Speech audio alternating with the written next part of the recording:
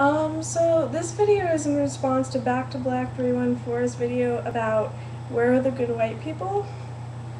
I can't claim to be one, but I try to. I just wanted to tell you something funny. When I was little, I always wanted to be black because they didn't get pale in the winter.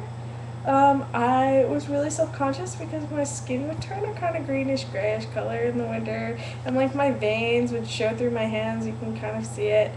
And I was really self-conscious about this when I was like really little for some reason.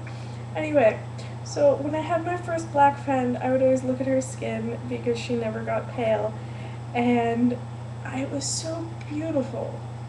It was just this deep, dark, rich color. It was just so full of color, and I was so jealous of that. Of course, when I grew up, I realized that I was incredibly lucky, because she had to go through a lot of things that I never had to go through. And I went through them through her, but it's never the same. And I wanted to tell you that, and I also wanted to tell you that I found it really beautiful that you were asking this question about where are the good white people.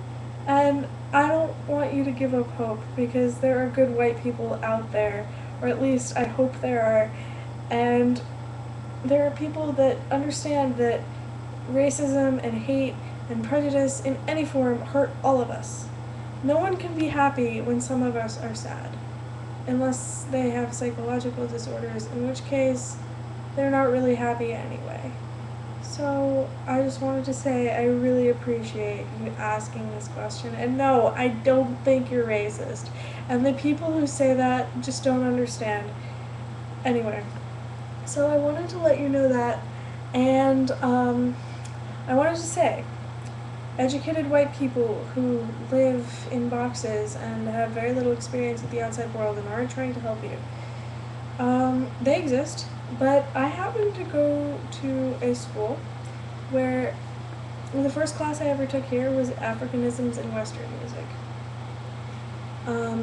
It described how African culture became such a main facet in American culture, and how we don't give the African diaspora credit for this, and how important African culture is in what makes America America. We also have an entire race studies department. My advisor is black. He is highly intelligent and highly educated, and I wanted to let you know that.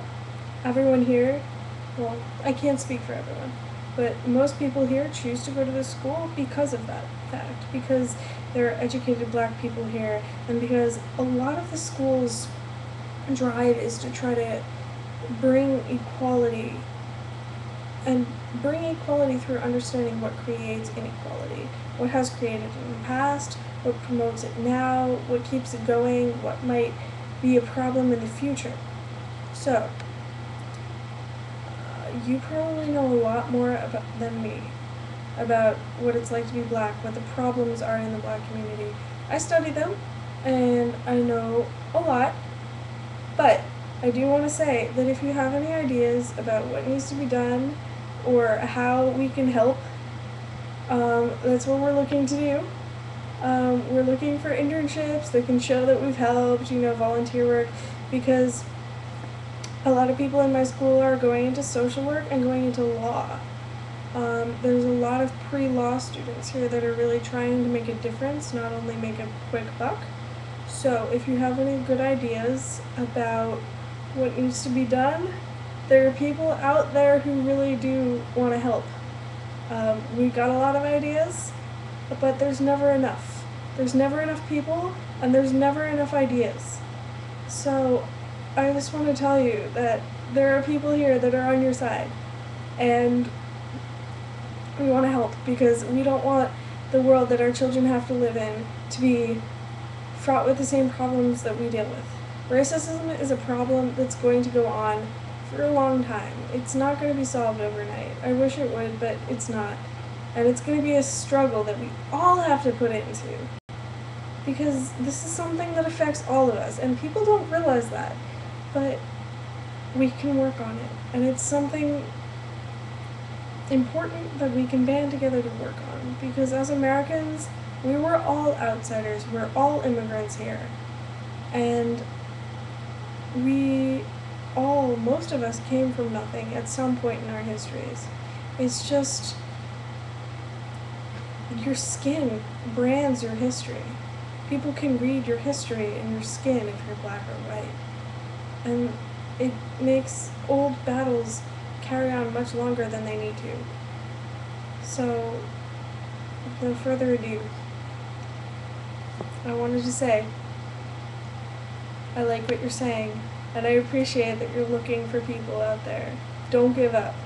Don't ever give up, because there are people out there that want to help, even if they're few and far between.